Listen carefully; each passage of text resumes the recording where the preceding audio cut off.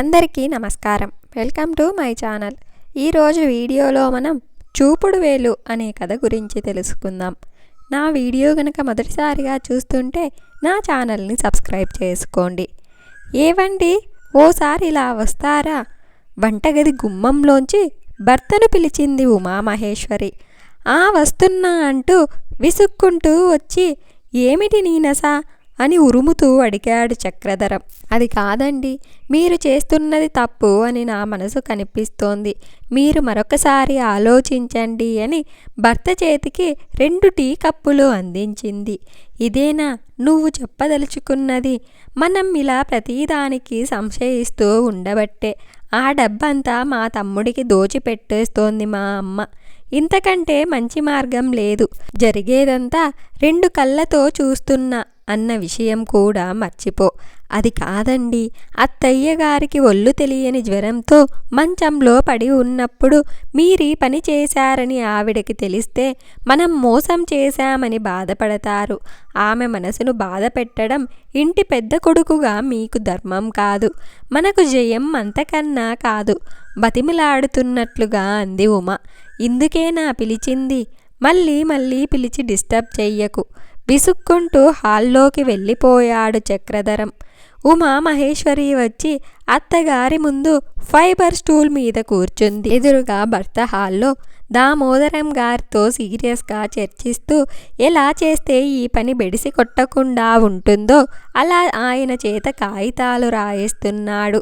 ఉమా అత్తగారి కేసి చూసి యథాలాపంగా నుదుటి మీద తడి ఆరిపోయిన గుడ్డ తీసి ఉడుకులాన్లో ముంచి పిండి ఆమె నుదుటి మీద వేసింది. రోహిణమ్మగారి ఒళ్ళు సలసలా కాగిపోతోంది. అదేం చిత్రమో, సాయంకాలం అయ్యేసరికి జ్వరం పేలిపోతోంది. ఈయన ఆ పనేదే తొందరగా ముగిస్తే బాగుండును ఆలోచనలో పడిపోయింది ఉమామహేశ్వరి. జిల్లా పరిషత్ హైస్కూల్లో రికార్డ్ అసిస్టెంట్గా తనకు ఉద్యోగం వచ్చిన కొద్ది రోజులకే మున్సిపల్ ఇంజనీర్ గారి ప్రథమ పుత్రుడైన చక్రధరరావుతో తన వివాహం జరగడం, చక్కని సాంప్రదాయ కుటుంబం నుంచి అంతకంటే సాంప్రదాయ కుటుంబంలో పెద్ద కోడలిగా అడుగుపెట్టడం జరిగింది. అప్పటికి బాలకృష్ణ డిగ్రీ ఫైనల్ ఇయర్ చదువుతున్నాడు. భర్త టెలికమ్యూనికేషన్లో ఏఈగా జాబ్ చేస్తున్నాడు. ఆడపడుచులు ఎలాగా లేరు. అత్తగారు ఎంతో సౌమ్యరాలు. తనను ఏనాడు పల్లెత్తు మాట అనలేదు. మున్సిపల్ ఇంజనీర్గా ఎంతో డబ్బు ఇతరత్రా సంపాదించే అవకాశం ఉన్న నీతికి నిజాయితీకి మారుపేరైన మామగారు ఆ ధ్యేయంతోనే ఉద్యోగం చేశారు. పెద్ద కొడుకును అప్పులు చేసి ఇంజనీరింగ్ చదివించిన ఆయన రెండవ కొడుకు దగ్గరకు వచ్చేసరికి చేతులెత్తేశారు. తీవ్ర మనస్తాపానికి గురి కావటంతో సివియర్ హార్ట్అటాక్ వచ్చి మరణించారు. ఆయన హఠాత్తుగా మరణించటంతో రోహిణమ్మగారు బాగా కుంగిపోయారు. ఆవిడను తాను మంచి మాటలతో ఈ లోకంలోకి తెచ్చేసరికి బాలకృష్ణ చదువు కూడా పూర్తి అయ్యింది. అనుకోకుండా తండ్రి స్నేహితుడు తను పనిచేస్తున్న ఫ్యాక్టరీలో డైలీ లేబర్ జాబును బాలకృష్ణకు ఇప్పించాడు. సరిగ్గా ఆ రోజుల్లోనే అత్తగారి తమ్ముడు వచ్చి తన కూతురు వివాహానికి రమ్మని ఆహ్వానించాడు. తమ్ముడు బీద పరిస్థితిని చూసి అతనికి ఏమైనా సాయం చెయ్యమని తన భర్తను కోరారత్తగారు. అప్పటికే తమ్ముడు డైలీ లేబర్గా చెయ్యటం నచ్చకపోవటం, తాను కోరుకోకుండానే లక్ష్మీదేవి లంచాల రూపంతో రావటం, భార్యగా తాను సంపాదించే జీతం, వీటన్నింటి ధనగర్వంతో ఉన్న తన భర్త నా దగ్గర ఏముందమ్మా నీకు తెలియనిది అనటంతో తనకే బాధ కలిగింది. అప్పుడే తనను హెచ్చరించారావిడ. అమ్మ ఉమ, వాడికి కళ్ళ ముందు నోట్లు నిండుగా కనిపిస్తూ ఉండటంతో ఎదుటివాడి బాధ అర్థం చేసుకునే శక్తిని కోల్పోయాడు. వాడిని నీ కంట్రోల్లో ఉంచుకోకపోతే చివరికి నీకు నీ కుటుంబానికి మనశ్శాంతి లేకుండా పోతుంది. అప్పటికే తనకు 2 పిల్లలు అంకిత, అక్షిత్ పుట్టేశారు. తానెంత నచ్చ చెప్పినా ఆయనలో డబ్బు పట్ల వ్యామోహం మరింత పెరిగింది తప్ప తగ్గలేదు. తరచూ తాను ఆయనతో దెబ్బలాడుతున్నప్పుడు ఆర్థిక స్వాతంత్రం గల తాను విడిగా బతకాలి అనుకునేది. అందుకు అత్తగారు అంగీకరించేవారు కాదు. తప్పమ్మ, ఎవరి జీవితాలు వాళ్ళు బతకాలనుకున్నప్పుడు ఈ పెళ్ళిళ్ళు పిల్లలు అవసరం లేదు. పిల్లలు లేకుంటే నేనే నిన్ను ప్రోత్సహించేదానిని.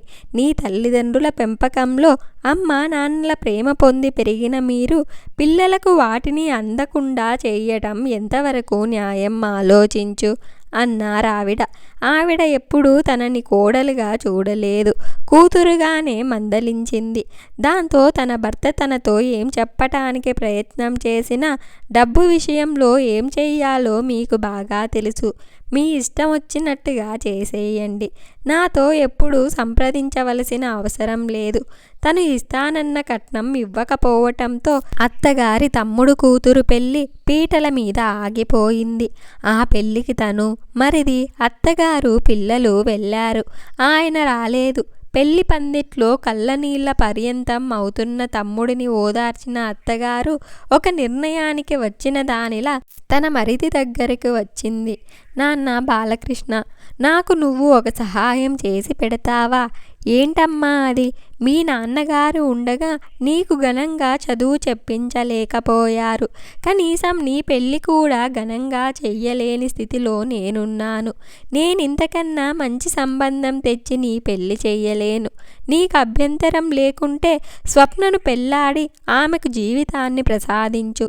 నీకిష్టం లేకపోతే వద్దు అన్నారావిడ. 2 నిమిషాల సలాలోచనగా ఆలోచించిన బాలకృష్ణ తల్లి పాదాలకు నమస్కరించి వెళ్ళి స్వప్న మెడలో తాళి కట్టాడు.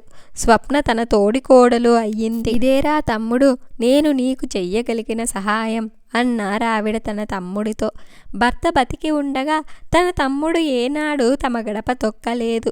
శ్రీకృష్ణుడు లాంటి బావగారి దగ్గరికి అటుకులతో రాలేకపోతున్నాను.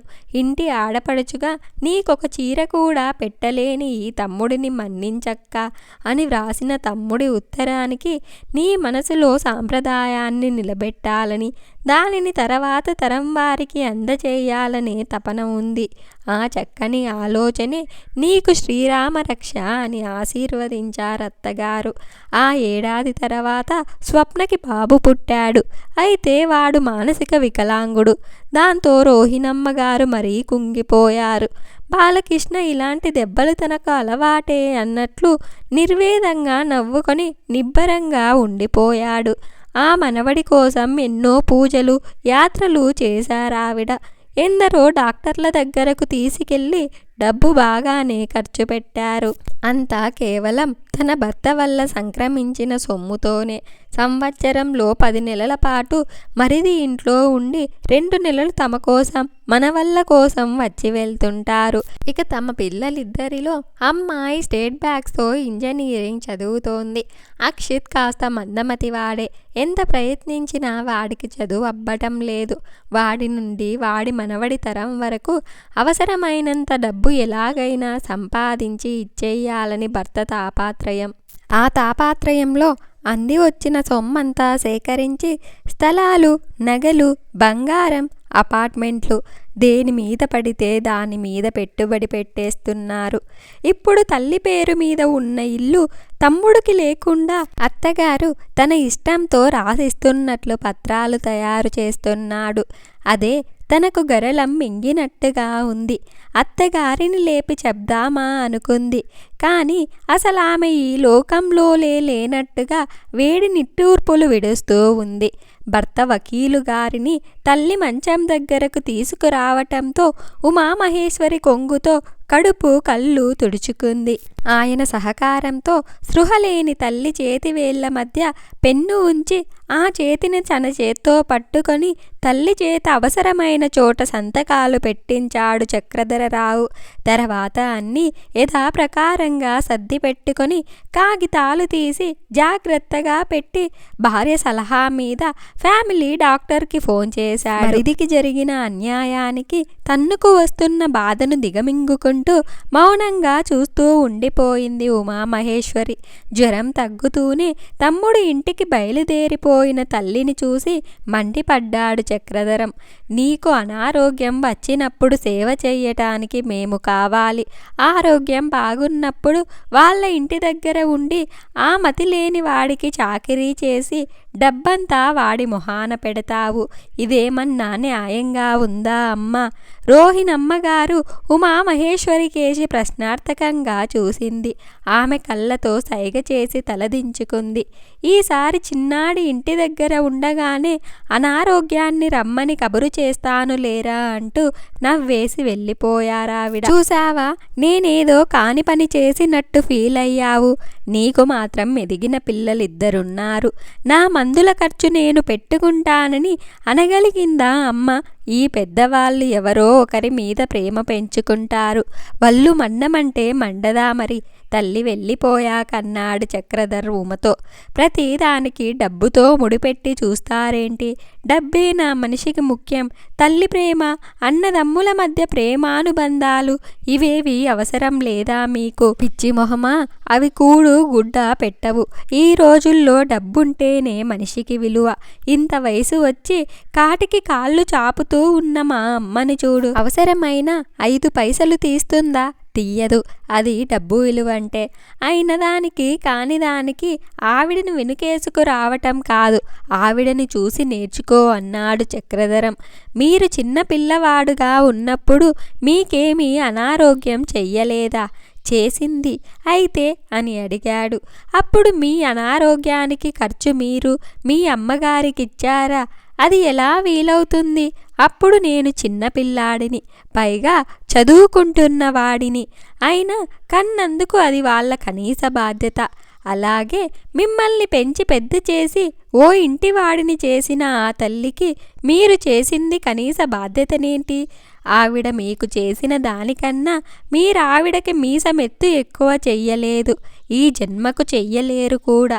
మీరు జ్వరంతో కలవరిస్తున్నప్పుడు తన గుండెలకు హత్తుకొని మీ చెయ్యి తన మెడ చుట్టూ వేసుకుని నేనున్నాను నాన్న, భయపడకు అని ఆమె తానే ప్రపంచమై మిమ్మల్ని ఓదార్చి ఉంటుంది. కానీ మీరొక్కసారైనా అలా చెయ్యగలిగారా? లేదు. ఎందుకంటే అమ్మ మీకు డబ్బులు ఇవ్వలేదు కాబట్టి.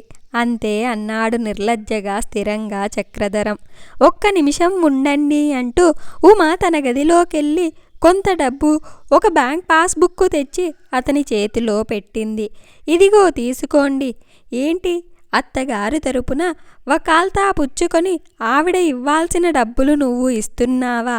లేక ఇంకా ఎలాగైనా సంపాదిస్తున్నావా అన్నాడు హేళనగా. అందులోని వెటకారం అర్థమైన ఉమ నిర్ఘాంతపోయింది. బేష్, మీకు పట్టిన డబ్బు పిచ్చిలో ఏం మాట్లాడుతున్నారో కూడా తెలియకుండా మాట్లాడుతున్నారు. అది మీ అమ్మగారు తన అనారోగ్యానికి మీరు ఖర్చు పెట్టిన డబ్బుగా ఇచ్చింది. ఇక ఆ పుస్తకంలో ఉన్న సొమ్మంతా మీ అమ్మగారికి మీ నాన్నగారి పెన్షన్ మంజూరైన నాటి నుండి మన ఇంట్లో ఉన్న కాలానికి ఇచ్చిన సొమ్ము.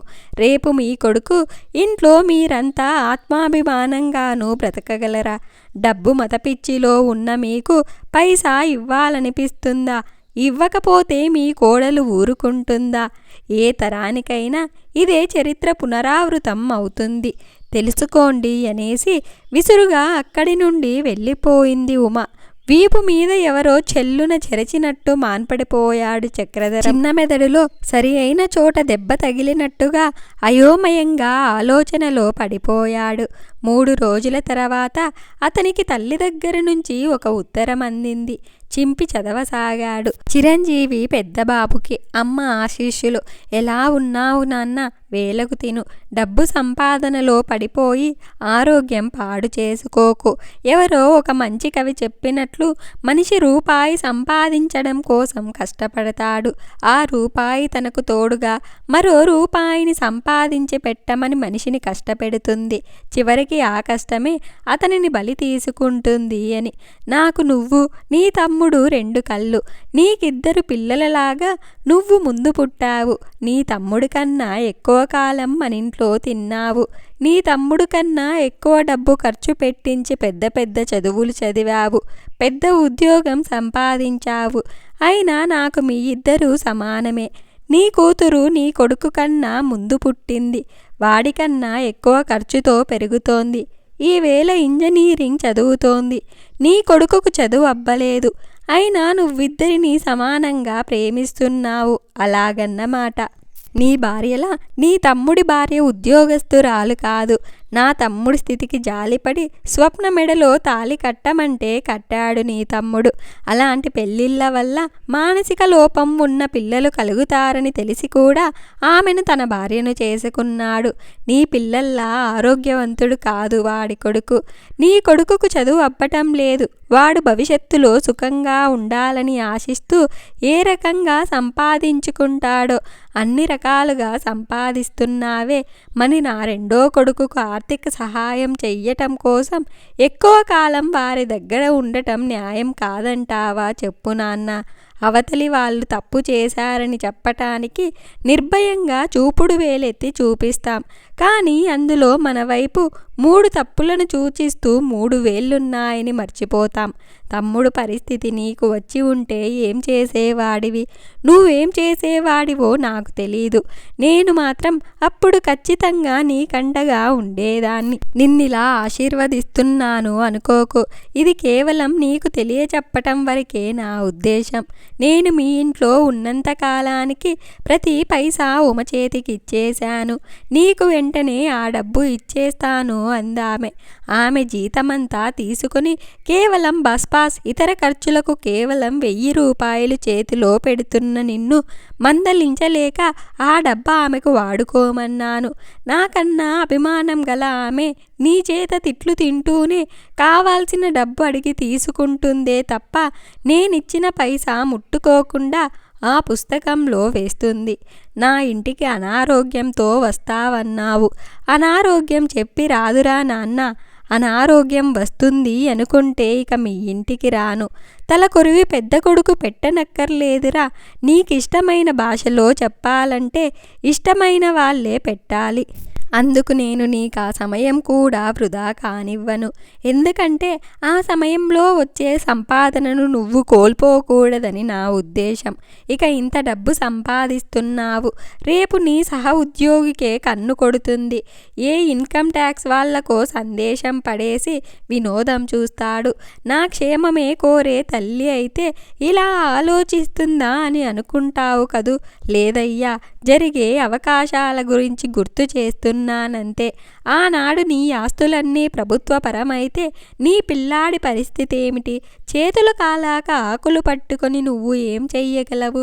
సకల సంపదలను తలదన్నే సంపద సంతృప్తిరా నాన్న. ఈ వయసులో కూడా నా బిడ్డలకు ఒకరికి 10 నెలలు మరొకరికి 2 నెలలు ఆర్థికంగా సహాయపడగలుగుతున్నానన్న సంతృప్తే నా ఆరోగ్య రహస్యం. నీకే కష్టం కలిగినా ఏ నష్టం జరిగినా ముందు చిల్లు పడేది ఈ అమ్మ గుండెకేరా. ఏ తల్లైనా తన బిడ్డలందరూ క్షేమంగా ఆరోగ్యంగా ఆనందంగా ఉండాలని వారి చేతుల్లో తన జీవితం వెళ్ళిపోవాలని కోరుకుంటుంది. అలాంటి సగటు తల్లినే నేను కూడా. నువ్వు కోరి ఉంటే తమ్ముడిని ఒప్పించి నీ కళ్ళ ఎదుట ఇల్లంతా నీ పేరు రిజిస్ట్రేషన్ చేయించి మరి ఇక్కడికి వచ్చేదాన్ని. ఈ విషయం నువ్వు డబ్బులిచ్చి రాయించిన వకీలుగారే చెప్పారు. ఆయనను ఏమీ అనకు. ఆయన ప్రస్తుతం నీ పరిస్థితుల్లోనే ఉన్నాడు. ఎప్పుడైనా ఈ అమ్మని తలుచుకో. నిన్ను కోరేది ఒక్కటే, మనిషి ఎంత సంపాదిస్తున్నా వేలకు 3 పూటలా తినాలి. అలా అయితేనే మర్నాడింకా సంపాదించగలడు. ఎట్టి పరిస్థితుల్లోనూ వేలకు భోజనం చెయ్యి. ఈ అమ్మ మీద ఏ మూల గౌరవమున్నా ఈ మాట ఒక్కటి పాటించు. ఉంటాను. ఆశీస్సులతో అమ్మ. అమ్మ నన్ను క్షమించు అంటూ కన్నీళ్లతో పాదాలు తడిపిస్తూ చేతిలో కాగితాలుండగానే తల్లి కాళ్లను 2 చేతులతో చుట్టేసి వెక్కి వెక్కి ఏడుస్తున్న చక్రధం తలను ఒళ్ళోకి తీసుకుని మాతృప్రేమతో నోట మాట రాక దుఃఖించసాగింది రోహిణమ్మగారు. ఉమని కూడా చెయ్యి పెట్టి దగ్గరికి లాక్కొని అక్కున చేర్చుకున్నారామె. అమ్మ, నేను తప్పు చేశాను, చాలా పెద్ద తప్పు చేశాను. ఇదిగో నీ ఎదురుగా ఈ కాగితాలు ముక్కలు చేసేస్తున్నాను. ఇంతకాలం డబ్బు వ్యామోహంతో తమ్ముడిని ఎంతో అవమానించాను. వాడు కష్టాలకు పరిస్థితులకు తట్టుకొని ఓర్పు సహనంతో నాకన్నా ఎంతో ఎత్తుకు ఎదిగాడు. ఇక నుండి వాడి కష్టమే నా కష్టం, వాడు నాకు తమ్ముడు కాదమ్మా, నా పెద్ద కొడుకు. ఈ మాట నీ పాదాల మీద ప్రమాణం చేసి మరీ చెబుతున్నానమ్మా. నీలో తప్పును చూపుడు వేలుతో ఎత్తి చూపిస్తున్నాను అనుకున్నానే కానీ నా వైపు చూపిస్తున్న వేళ్లతో నా కళ్ళు నేనే పొడుచుకునే స్థాయికి దిగజారిపోయానని తెలుసుకోలేనమ్మా. నన్ను, నువ్వు, తమ్ముడు, ఉమా అందరూ క్షమించండి. అతని కళ్ళ నుంచి వస్తున్నవి అశ్రువులు కాదు, మాతృప్రేమ అనే గంగాజలంతో మలినపూరితమైన మనసు పొరలను కరిగిస్తూ పెళ్ళుబుకుతున్న అభిషేక జలం. రోహిణమ్మగారు ఉమ వైపు చూసింది. ఉమ లేచి బాలకృష్ణని భర్త వద్దకు తీసుకువచ్చింది. తమ్ముడు, నన్ను క్షమించి తమ్ముడు, నీ పట్ల ఎంతో అన్యాయంగా ప్రవర్తించాను. నన్ను క్షమించు. తమ్ముడి చేతిల్లో ముఖం దాచుకొని బావురుమన్నాడు చక్రధరం. అన్నయ్య, ఆ మాట నీ నోటి నుండి ఎప్పుడూ రాకూడదు. మనం క్షమించు అనాల్సి వచ్చిందంటే అవతలి వ్యక్తి ముందు తల వంచటమే అని అమ్మ అంటూ ఉంటుంది. నువ్వు పెద్దవాడివి. నాన్నగారి తర్వాత నువ్వే నాకు తండ్రివి. నాకు, నా కుటుంబానికి కావాల్సింది నీ ఆశీస్సులు తప్ప ఇలాంటి మాటలు కాదు అన్నాడు వినమ్రంగా బాలకృష్ణ. సోదర ప్రేమను అనుభవిస్తూ తమ్ముడు అంటూ ఆప్యాయంగా బాలకృష్ణని కౌగలించుకున్నాడు చక్రధరం. ఇద్దరు బిడ్డల అనుబంధాన్ని కల్లారా చూస్తున్న ఆ మాతృహృదయపు ఆనందం ఎన్ని జన్మలెత్తినా అమ్మ జన్మ ఎత్తిన వాళ్ళకే ఆ అదృష్టం అని చెప్పక తప్పదు.